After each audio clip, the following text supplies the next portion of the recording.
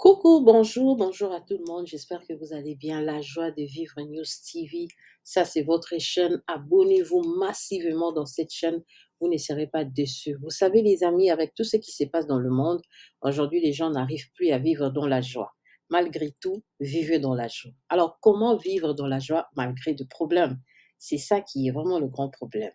Au travers de cette chaîne, ensemble avec vous, on va essayer de faire des émissions pour vivre malgré tout le problème qui nous entoure, malgré toutes les difficultés que nous avons, malgré tout ce qui se passe dans vos maisons, dans des églises, dans la communauté, dans la société. Dans cette chaîne, on va essayer de développer plein de sujets, ok? Voilà. Soyez branchés et vous ne serez pas déçus. Alors, aujourd'hui, je vais aborder un sujet qui fait vraiment mal par rapport à l'histoire des mamans blanches. Et maintenant, les gens commencent à se poser des questions. Comment vivre errer? Comment s'est fait-il une femme qui nous a tous emballés dans sa façon d'être pendant qu'elle était vivante? Aujourd'hui, après qu'elle est partie, nous avons compris que c'était une femme qui souffrait.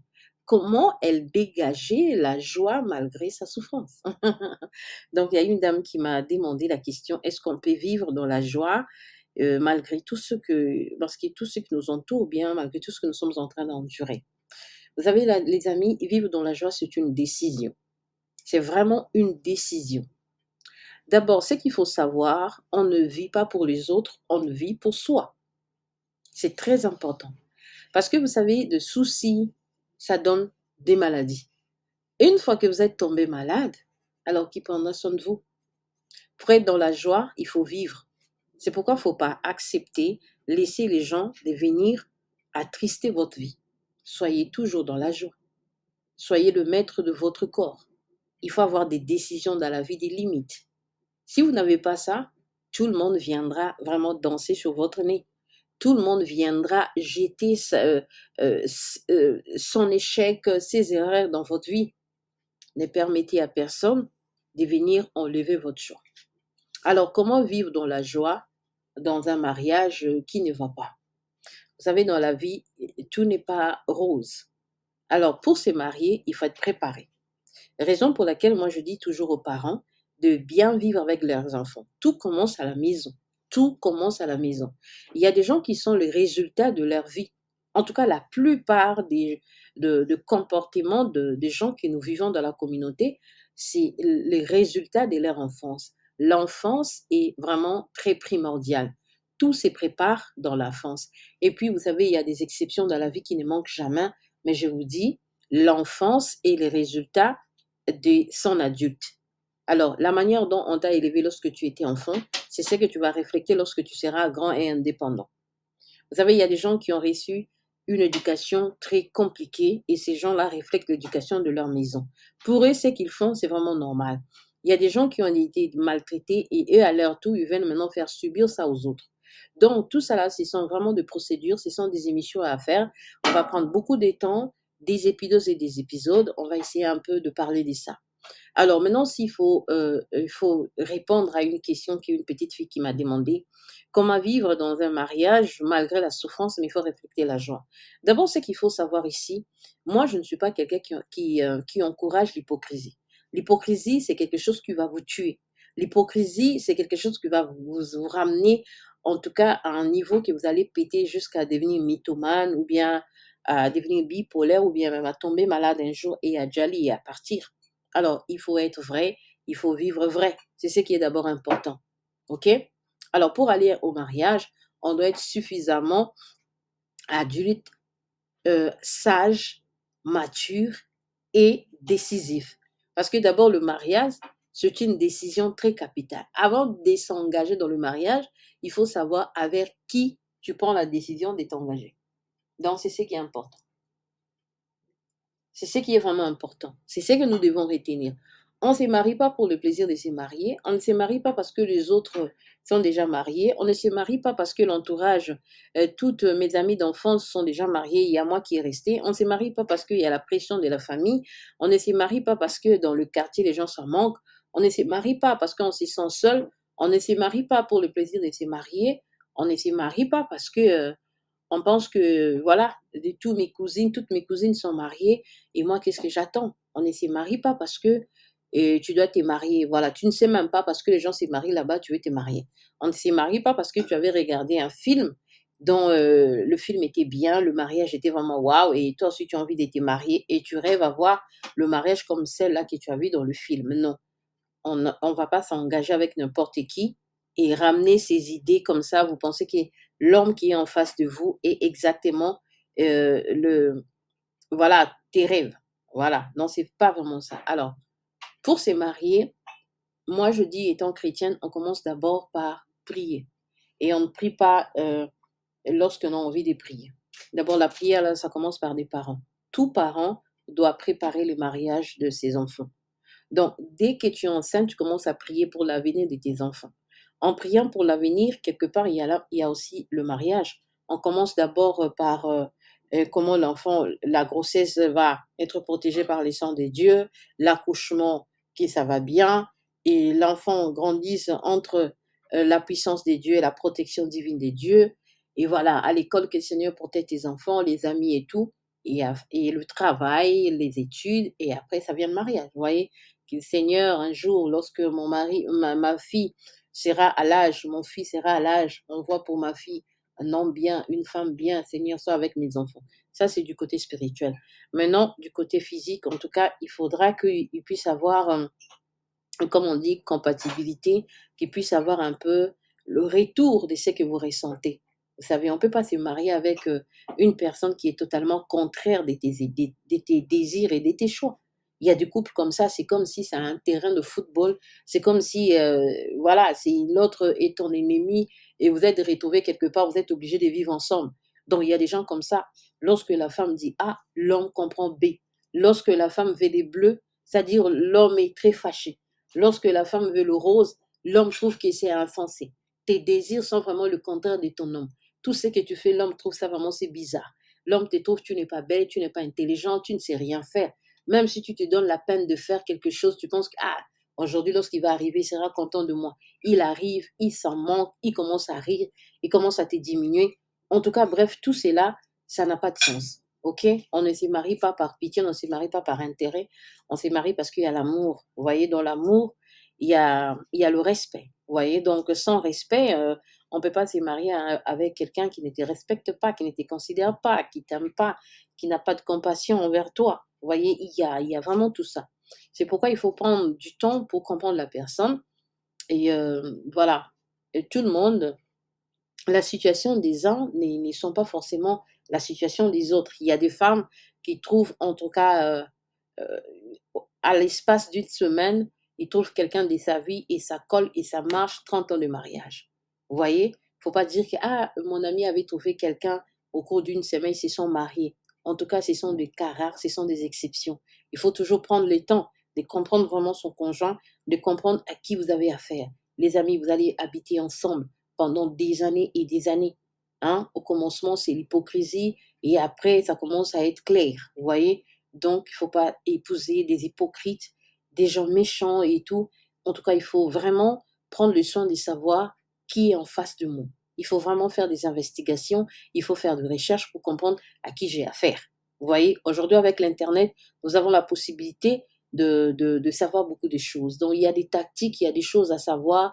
Il faut comprendre l'homme qui est en face de toi ou bien la femme qui est en face de toi vient de quelle famille, il est né où, il est de quelle nationalité, comment a été son enfance, comment il a grandi, quels sont ses parents, et tout ça là, ça va vraiment te donner une idée de comprendre à qui tu as affaire. Vous voyez un peu? Donc, il y a des choses à checker, prendre les temps de fiançailles, comprendre l'homme et tout, lorsqu'il est dans la joie, lorsqu'il se fâche. Parfois, tu essaies un peu de taquiner pour voir à quel point il se fâche, à quel point il a la patience, à quel point il dégénère, à quel point. Donc, il faut comprendre son face A, B, C. Vous voyez, il y a des femmes qui ont épousé des hommes qui ont connu que leur face A, une fois à la maison, la femme est vraiment surprise de comprendre la face B, la face C de l'homme. C'est insupportable, c'est incroyable. Il faut savoir, pendant les périodes de fiançailles, il y a tellement d'hypocrites, il y a tellement d'hypocrisie. Il y a des gens qui veulent faire savoir qu'ils voilà tout, chez moi, tout va. bien, tout est en rose et tout. Une fois dans la maison, tu commences à vivre des choses que tu ne te retrouves pas. Tu dis, en face de moi, il y a un inconnu, il y a quelqu'un que je n'ai pas connu, vous voyez. Et avant, à l'époque, c'était pour se marier. On s'est marié toujours avec des gens qu'on a grandi ensemble, avec des amis de l'école, des amis du quartier, voilà, une connaissance d'une famille, les parents s'y connaissaient, ou bien c'est une connaissance de ta tante, ou bien voilà, donc l'ami de ton ami, le grand frère de ton ami, le cousin, voilà, la tante et tout. C'était des trucs comme ça. Mais aujourd'hui, avec la mondialisation, avec l'évolution des trucs et tout. Les gens commencent à se rencontrer dans des sites de rencontres et tout et tout. Si tu as la malchance, tu vas retrouver quelqu'un que tu n'as jamais connu dans ta vie, un homme qui était quelque part avec une autre identité, il vient là-bas avec une autre identité, quelqu'un qui était dans des trucs, l'homme va embarquer dans ta vie et avec tout ce problème. En tout cas, il faut faire très attention. C'est vraiment, il faut faire très attention. On va pas se marier avec un homme et puis un homme te fait vivre des choses incroyables, mais devant les gens, tu fais semblant. Non. Moi, je pense que c'est pas quelque chose de bien, c'est pas un bon exemple de se poser la question comment maman Blanche a vécu avec tout ce qu'elle a vécu et puis elle était dans la joie. Malgré tout ce qu'elle vivait là-bas, elle vivait dans la joie. Mais qui t'a dit qu'elle était dans la joie? Vous voyez, faire semblant devant les gens, cela ne veut pas dire que tu vis dans la joie. La paix intérieure. Vous voyez, lorsque la personne est seule, en face, en face de toi, tu as quelqu'un maintenant dans le quotidien, dans le privé, il y a pas de gens, il y a pas de caméra, il y a pas de fidèles, il y a pas papa, il y a pas maman, il y a pas des amis, il y a pas de sœur, c'est-à-dire, dans la maison maintenant, si, il y a la maison, il y a des gens, parfois tu rigoles avec, mais dans la chambre, à côté de toi, il y aura un homme qui sera là. Et maintenant, entre vous 2 là, dans l'intimité, ça ne marche pas. C'est ce qui fait vraiment mal. Vous voyez? Moi, je dis, on peut sourire, on peut, faire tout ce qu'on veut, mais l'intérieur est en feu, ça vous tue en petit feu. Voyez? Il faudra que et l'intérieur et l'extérieur vivent la même chose.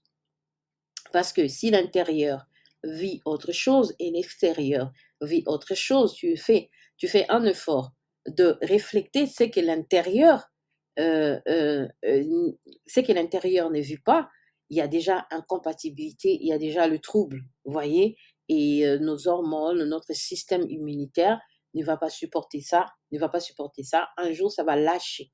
C'est pourquoi, les amis, c'est très important de prendre son temps d'abord de prier et deuxièmement, de prendre le temps en tout cas de connaître la personne, d'étudier la personne, de comprendre sa famille, il vient de quelle famille et tout, c'est vrai. Il y a des personnes qui sont vraiment contraires de sa famille. Il y a des gens qui sont issus d'une famille bizarre. Tu vas voir tout le monde dans la famille sont vraiment bizarres, mais l'homme est bien. Vous voyez, il y a des cas comme ça, mais c'est très important de comprendre l'enfance, comment est-ce que la personne a vécu, comment il a passé sa jeunesse, et jusqu'à ce que tu le trouves. Parce que c'est très important, tu vas comprendre beaucoup de choses. Il n'y a pas d'homme parfait, il n'y a pas de femme parfaite, mais il faudra qu'il puisse avoir quand même une certaine compatibilité, des choses qui vont quand même, des choses que ça passe, et voilà.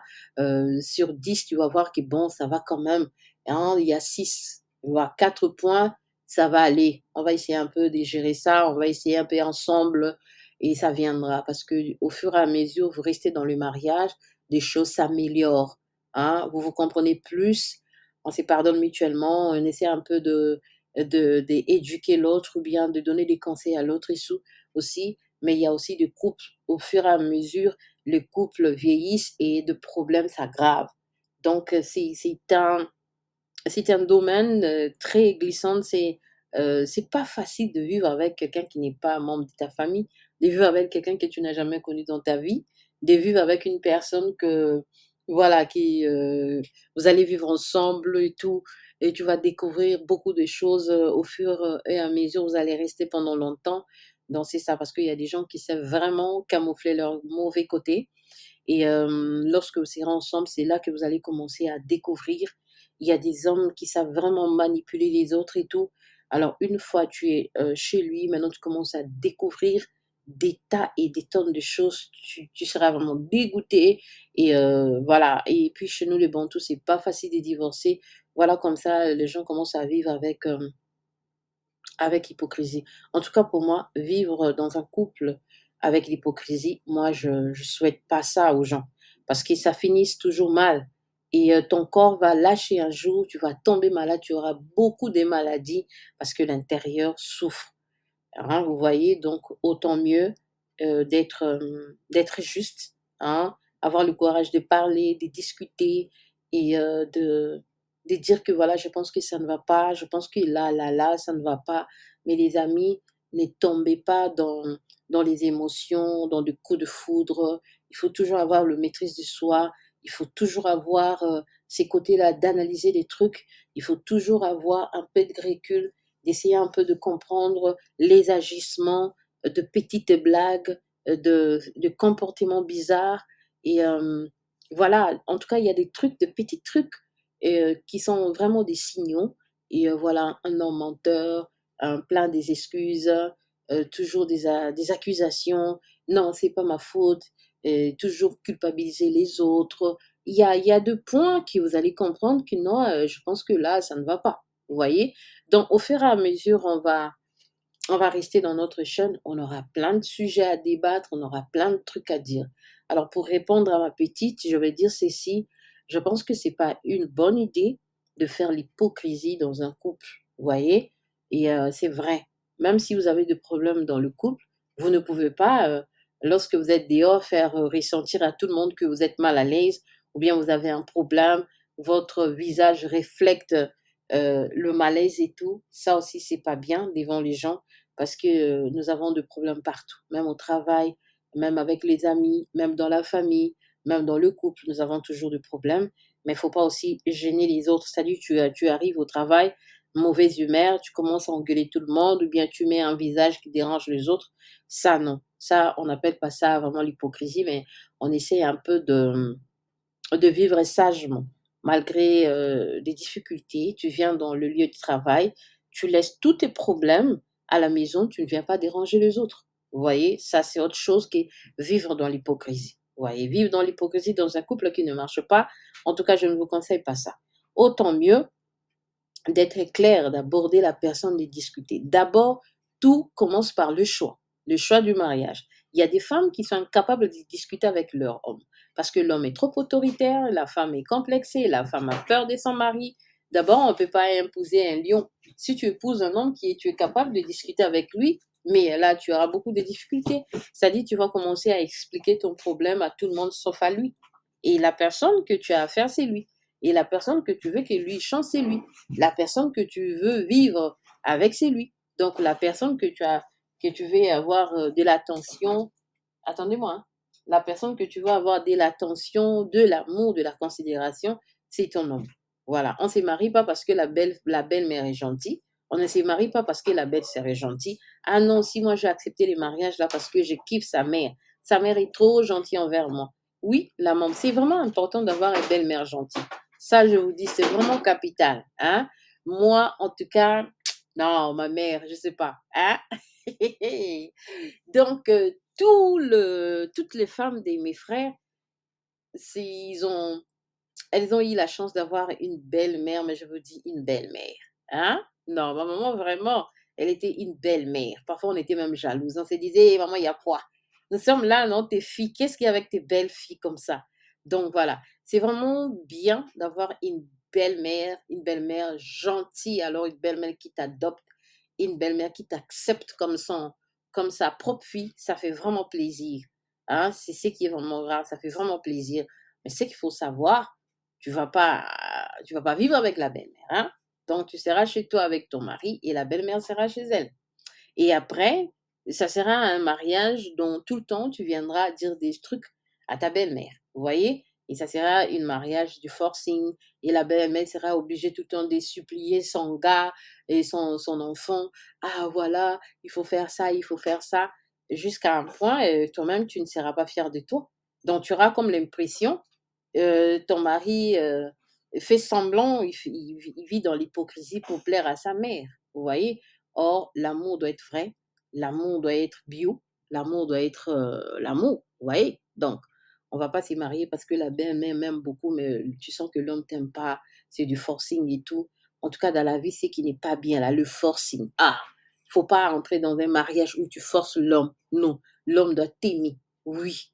En tout cas, s'il vous plaît, femme, l'homme doit vraiment te craquer. L'homme doit t'aimer. Si l'homme t'aime, si l'homme te craque, tu vois, il y a compatibilité, il y a le respect et tout. Je ne suis pas en train de dire que si tu tombes à un homme qui t'aime, qui te craque, qui te respecte, voilà, toi, tu viens danser sous son nez. Non.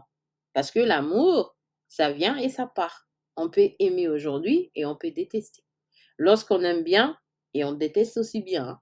Lorsqu'on aime trop et on devient aussi des vrais ennemis. Donc, ça blague pas. Ça quitte l'amour vers la haine. C'est pourquoi il faut bien entretenir, il faut bien prendre soin, il faut vraiment entretenir alors, entretenir, ça s'entretient. Donc, si on n'entretient pas l'amour, vous allez voir que, voilà, ça va tourner mal. Et si on abuse aussi, ça tournera vraiment mal. La plupart de ceux-là qui étaient là-bas au top en amoureux, si ça tourne mal, ce sont aussi vraiment, voilà, de vrais ennemis. Parce que lorsqu'on aime trop, on déteste aussi. Parce qu'on a tout donné. On a donné la confiance, on a tout donné. Et en retour, lorsque tu te sens trahi, ça tourne au vinaigre. Vous voyez un peu? Donc, c'est pourquoi il ne faut pas éloigner Dieu dans tout ce que vous allez faire. Hein? Vous allez penser comme si, oh, c'est vraiment dur, c'est vraiment difficile, oh, c'est vraiment compliqué. Et moi, je pense que non. Vous savez, il y a beaucoup de trucs dans le mariage. Il y a des choses qui viennent s'installer. Il y a des combats. Il y a des attaques. Il y a le mauvais sort. Il y a la jalousie des autres. Donc, comme je connais une fille qui était vraiment bien avec son ami, et son ami plus tard est devenu son fiancé, et plus tard ils sont devenus vraiment voilà, de mariés. C'était vraiment l'amitié. C'était pas le mariage, c'était vraiment l'amitié. C'était son frère, c'était son père. Il était tout parce que ce sont des gens qui s'y connaissaient depuis longtemps. Ils s'y connaissaient de tout et de rien. Hein? Donc, après, il y a eu de problèmes mais, incroyables. L'homme ne comprenait pas. Sa femme était devenue une autre chose. Donc, sa femme avait rencontré quelqu'un au travail et cette femme l'a ramené sa femme partout. Ça avait commencé, oh non, je vais fêter mon anniversaire dans une boîte de nuit. Et la fille a dit: «OK», donc parce que la fille, c'est une chrétienne. Elle n'a jamais mis ses pieds dans une boîte de nuit. Donc dans une boîte de nuit. Alors voilà, une fois allée là-bas, c'était même pas, l'anniversaire. C'est-à-dire la fille était jalouse de voir que son ami a trouvé un homme qui, voilà, qui la respectait. C'était vraiment bien leur couple et la fille était juste jalouse. Voilà. Il faut éviter aussi de tout rencontrer à des gens que tu as trouvés au travail, à des amis, même si c'est ton ami d'enfance. En tout cas, si tu as trouvé le bonheur, l'homme t'aime, garde ça pour toi, OK? Donc, c'était vraiment le bonheur et tout. Et la fille, maintenant, a eu le goût de la boîte des nuits. Et la fille l'avait donné comme cadeau le sérum pour mettre dans le visage et tout. Parce que la fille avait des problèmes un peu des pigmentations et tout. Et lorsqu'elle a mis ça et tout, ça a vraiment allé, mais c'était, quelque chose qui était travaillé. Donc c'est à cause de ça, la fille était envoûtée, elle a commencé à dégoûter, son mari pour rien. C'était vraiment grave. Il y avait des moments où elle s'est posé la question: «Mais pourquoi je suis en train de réagir comme ça? Pourquoi je fais ça?» Elle priait, mais la domination était là, jusqu'à ce qu'un jour, elle avait rêvé mal de son ami et vous voyez, non, Dieu commence comme ça. Elle commence à prier, à prier, à prier, jusqu'à ce que son ami l'a vraiment dit des choses en face. Ah, arrête de prier avec mon nom, arrête de demander à Dieu mon état d'âme, arrête de me taquiner, arrête de faire ça. Mais la fille était genre, mais moi, je prie chez moi à la maison. Comment elle a su? Donc, c'est comme ça qu'elle a été délivrée et elle s'est séparée de son ami. Il a fait beaucoup de problèmes au travail. C'était vraiment pas facile pour elle. Mais vous savez, si Dieu est là et Dieu est là, et son mari priait à son côté, et son mari connaissait déjà sa femme. Elle savait que c'était quelque chose n'est pas normal, n'est pas naturel, au fait. C'est aussi l'avantage de d'épouser un homme qui connaît les seigneurs. Donc, l'homme priait pour sa femme, et voilà, les seigneurs les a restaurés. Jusqu'à aujourd'hui, elle a reçu une leçon de sa vie. Elle est maintenant avec son mari, pas d'amis, des collègues, des connaissances, voilà, tralala, comment ça va bien. Donc, elle ramène plus jamais des gens chez elle, elle parle plus de son mari, elle parle plus de son bonheur, elle mène sa vie calmement et voilà, maintenant elle est dans la paix. Donc, il y a des attaques comme ça, vous voyez? Et voilà, si vous n'êtes pas fort, si vous ne priez pas, s'il n'y a pas la main de Dieu, vous pouvez divorcer comme ça. Or, c'est vraiment une attaque qui vient de la part du diable. Donc voilà, bref, vivre dans l'hypocrisie, c'est pas quelque chose de bien, c'est pas quelque chose de souhaitable. Il faut vraiment prendre le temps pour prendre la décision d'accepter un homme bien une femme dans le mariage. OK, à suivre. On va continuer avec des émissions. Il y aura étape 1, étape 2 et des trucs comme ça. OK, abonnez-vous massivement. Je vous aime beaucoup. C'était la vôtre Maman Lumière dans La joie de vivre News TV. Que personne ne vous enlève la joie. Bisous.